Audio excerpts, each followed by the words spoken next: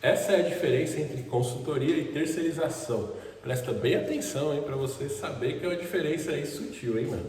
Então vamos lá, ó. O Bruno Davis mandou essa pergunta para nós, né? Convido você a mandar suas perguntas aí também. Precisamos de conteúdo aqui relevante para vocês, né? Ele disse assim, ó a pergunta dele. Qual a diferença de consultoria e terceirização? E qual é a melhor? Mano, eu vou falar pra vocês, eu acho que não tem diferença nenhuma nisso aí não, eu acho que é a mesma coisa, né? Então eu sempre fui um funcionário terceirizado, tá ligado? Então o programador no geral, ele acaba sendo assim, né? Desses 17 anos trabalhando como programador, tive a oportunidade aí de prestar serviço para grandes empresas do Brasil e do mundo, e também para pequenas, para médias empresas. Tem preconceito não, mano. Pagou, eu tô fazendo. Eu sou a putinha dos códigos. Pagando, não precisa nem pagar bem, mano. Pagou e aí em casa eu faço, tá ligado? Não tem tempo ruim comigo, não. E, mano, eu posso até tentar contar aqui, ó. A primeira empresa que eu trabalhei, ela era... Vou pôr de lado um pouco o computador aqui, né? Pra eu poder contar aqui. A primeira empresa que eu trabalhei, ela era uma empresa bem pequena. E eu trabalhava direto para ela. Mas quem pagava o meu salário era uma instituição do governo, era tipo uma bolsa de iniciação científica. Então, não sei, eu era terceirizado ou era consultoria? Não tinha consultoria, mas também eu não era a empresa que me pagava do bolso, tá ligado? Depois a gente fez um bem bolado lá e eles começaram a me pagar também, tipo assim. Então eu fiquei com 2 empregos já, só que os 2 empregos eram no mesmo lugar. 3 horas eu trabalhava pela bolsa e as outras 3 pela empresa. Então dobrou minha carga horária, dobrou meu salário de R$ 250 para 500, tá ligado? Hoje você pode falar aí que foi de uns 1.000 e pouco com uns R$ 2.000, né, por 6 horas de trabalho. Então essa aqui fica de que lado? Fica do lado da terceirização, né?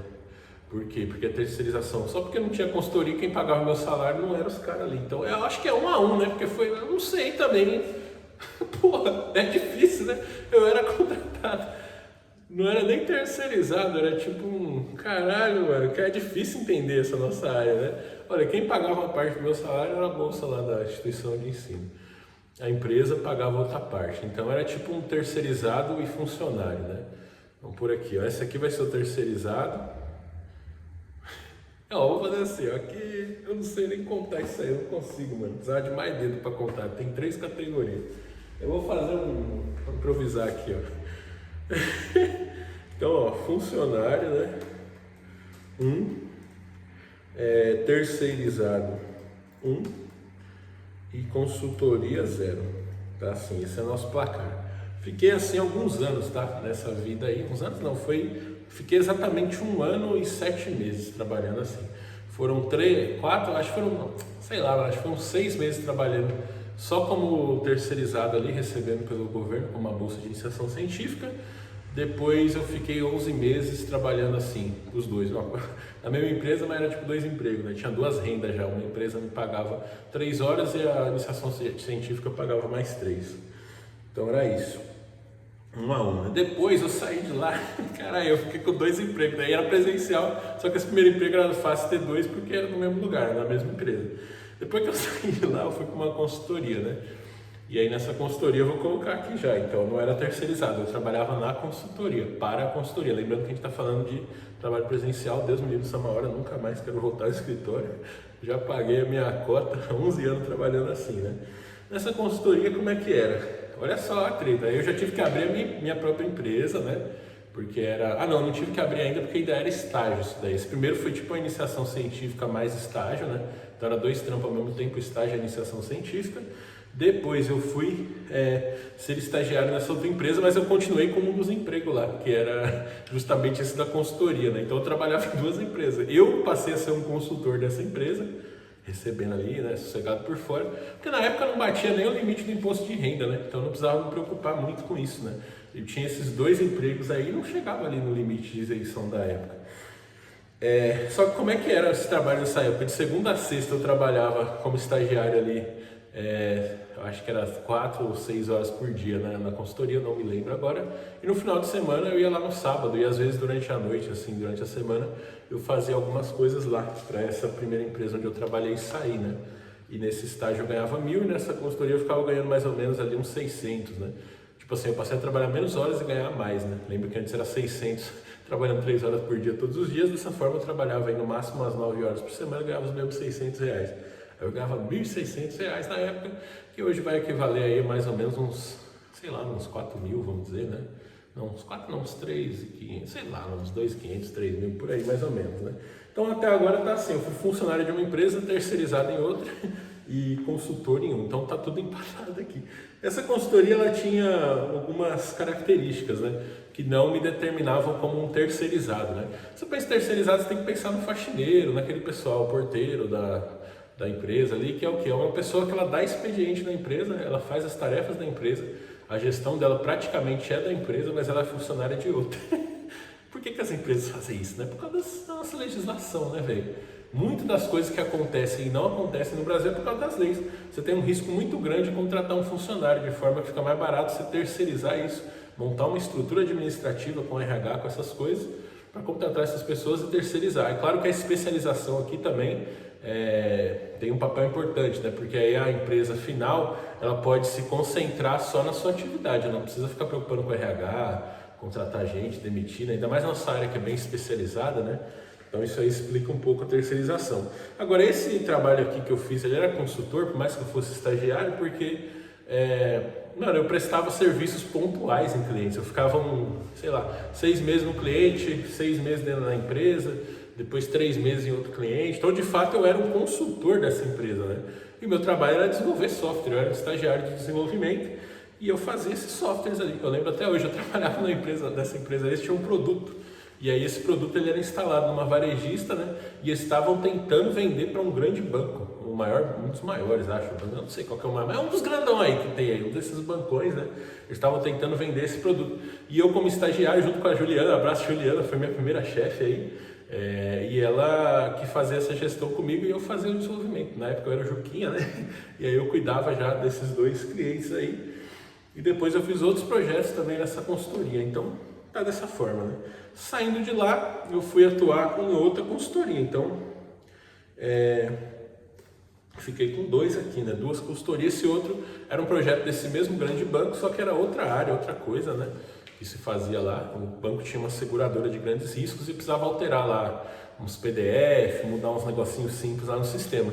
E esse trabalho ele era bem de consultoria mesmo, porque ele era um trabalho remoto, só que era presencial, porque era assim, tinha um banco que era o cliente, mas eu não trabalhava lá no cliente, eu trabalhava no escritório da empresa, onde tinha uma sala especial com conexão direta ao banco. Aquele caso que eu sempre conto para vocês, da empresa que tinha persiana, né? Não podia nem abrir a persiana para ninguém ver o código.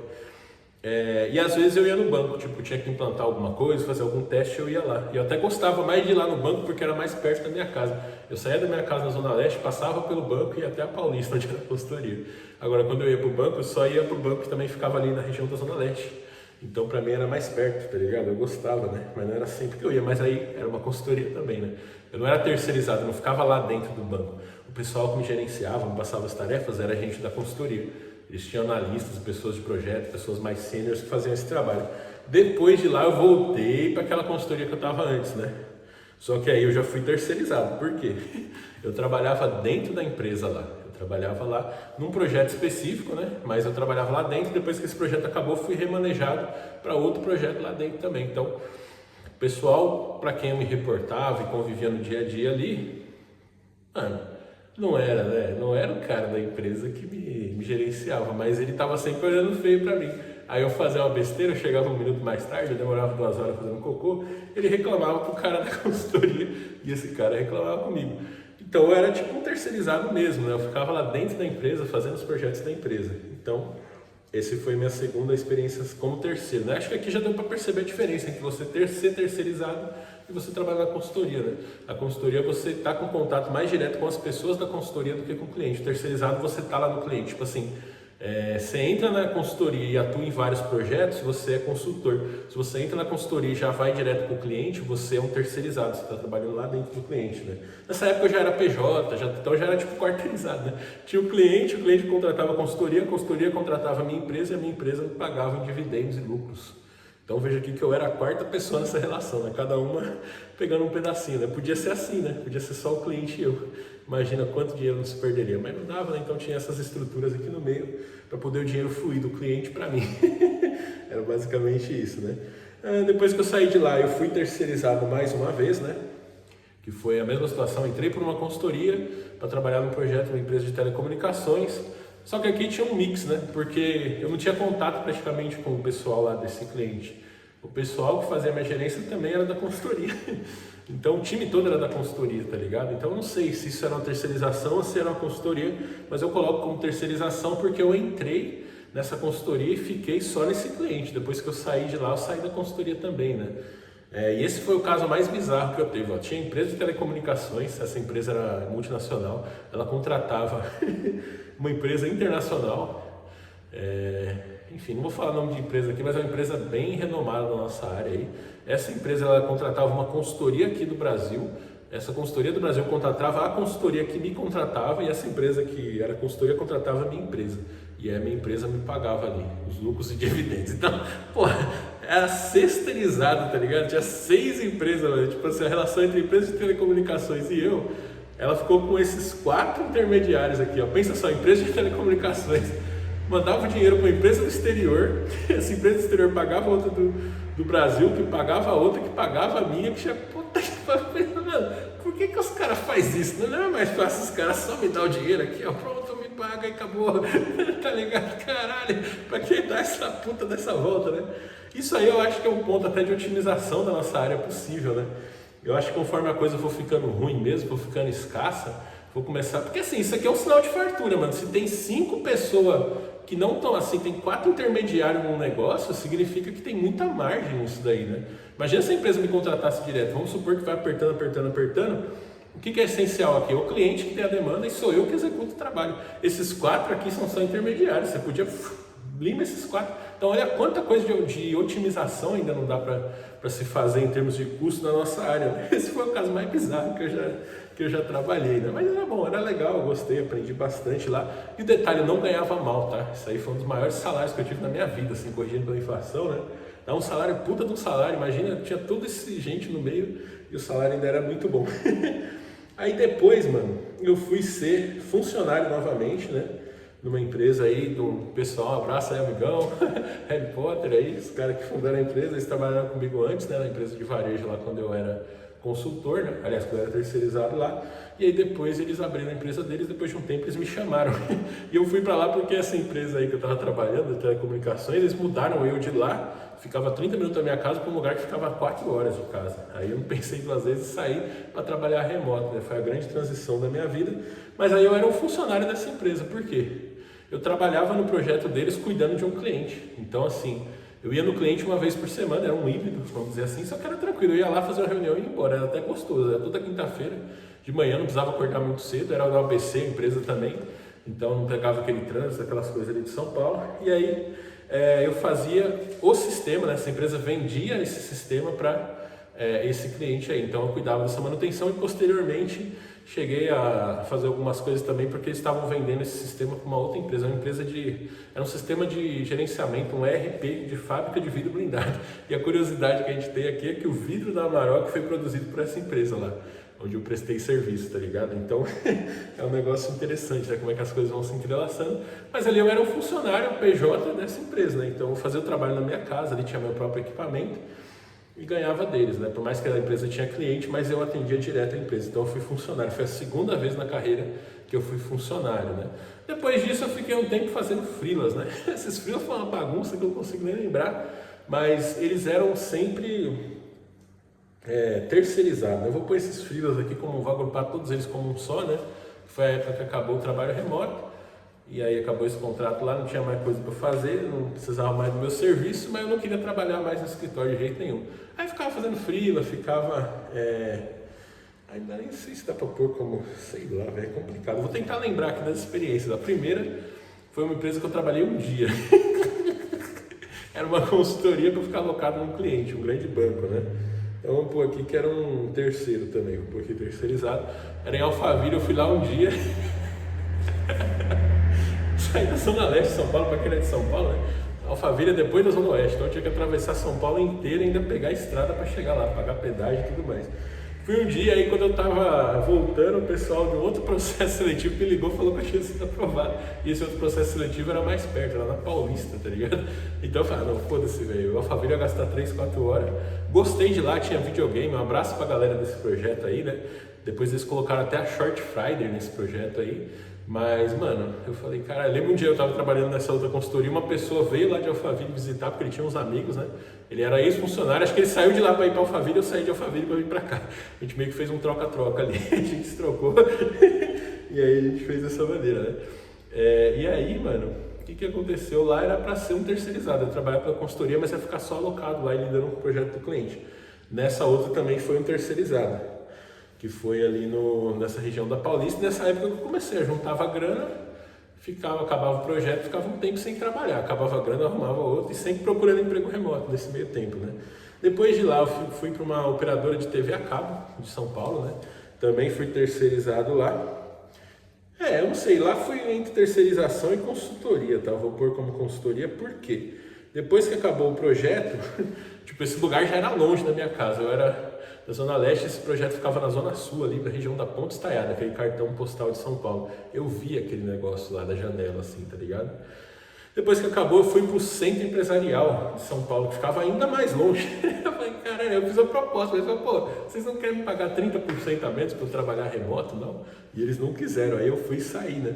Eu fui sair porque eu trabalhei esses meses, juntei uma grana e fiquei um tempo lá trabalhando assim, né? Depois eu fui trabalhar em outra empresa na Zona Oeste. Esse aí foi onde eu conheci minha esposa. Eu conheci minha esposa, eu estava trabalhando lá, logo depois acabou esse projeto, eu saí fora e aí a gente ficou de folga, de férias. Aí foi a nossa lua de mel, né?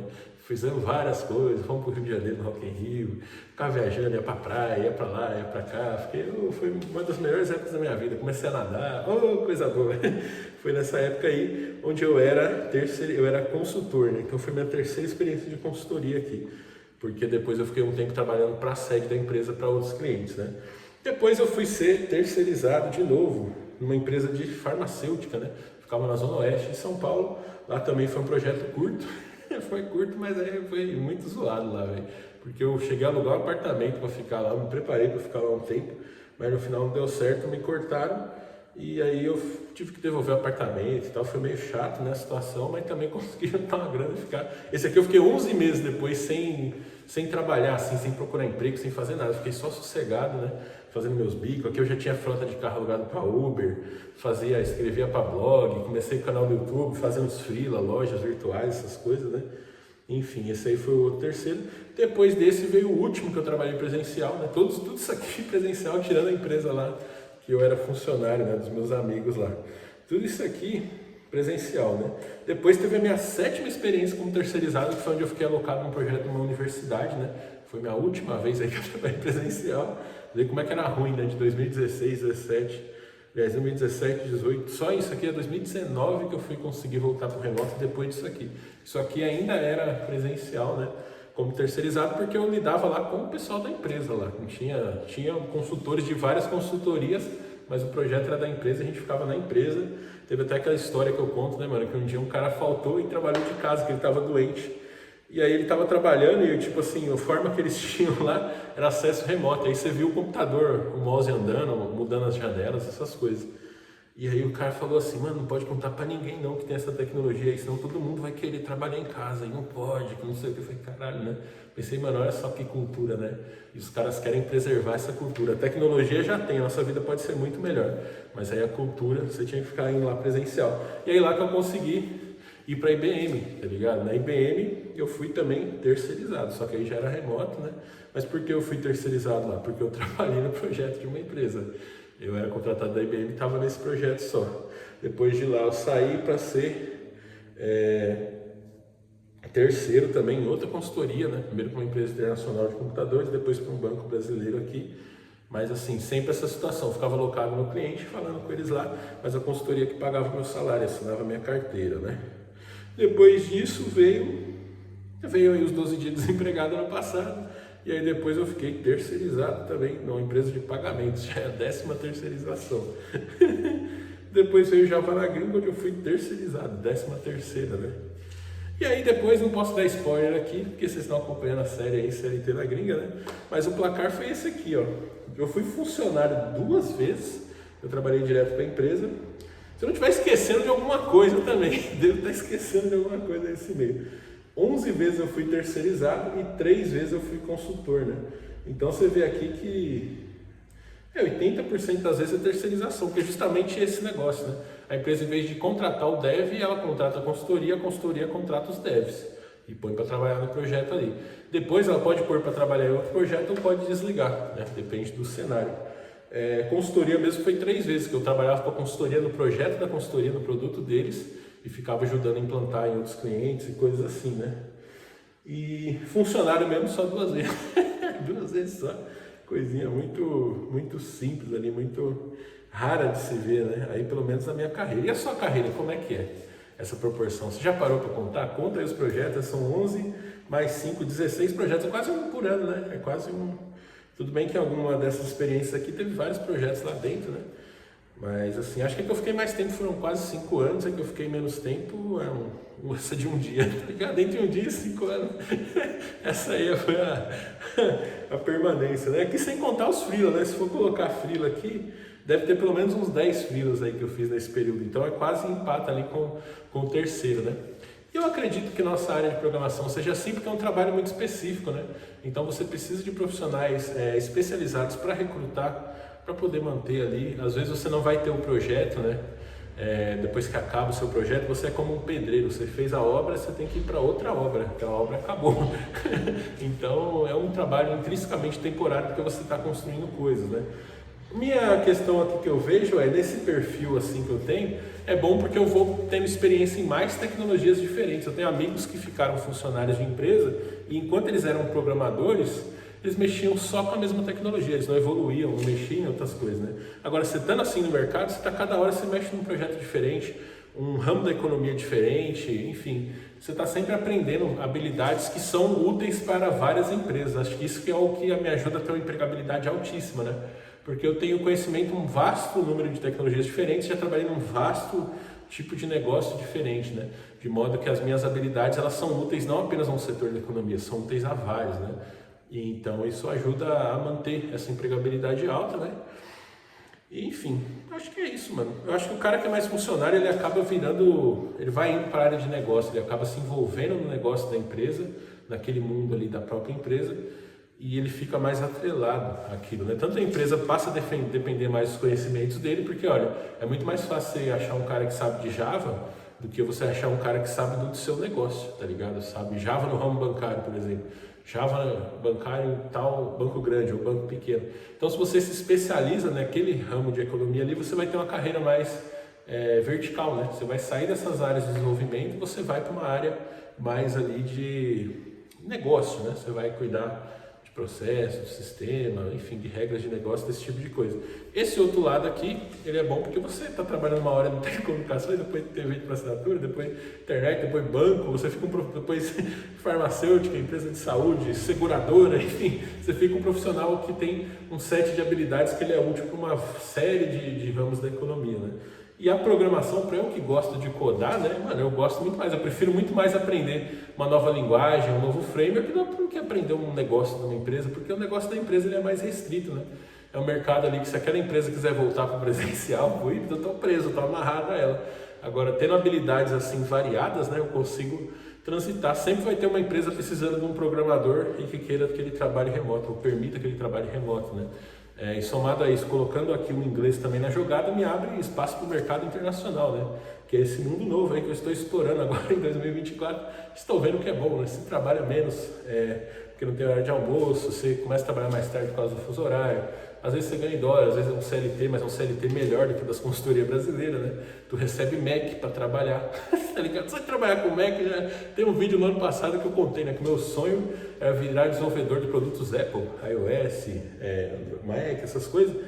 Por quê? Porque aí eu só ia poder trabalhar com Mac, nunca mais ia ter que mexer com aqueles Dell, com Windows, com Linux, com essas coisas, né?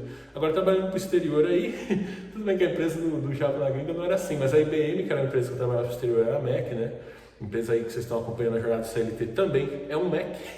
Então, porra, é uma coisa muito, muito legal, né? Pra gente que gosta dessa área da programação, que aí é aquela carreira em Y, né? Dizem que tem uma carreira em T também, talvez eu até expanda para essa carreira em T, mas é uma carreira mais focada no técnico. Mano, eu quero ser um cara que sabe do técnico, que eu gosto de codar, vou chegar lá, vou resolver o problema da empresa e pronto, aí eu vou para a próxima. É bem parecido com o pedreiro mesmo, né?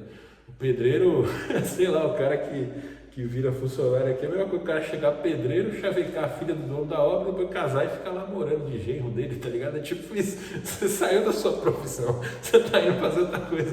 Agora o dev raiz mesmo, o que desenvolve, o que manja de tecnologia se foca nisso, né? Ele acaba tendo esse perfil mais assim, que precisa ser mais generalista, né?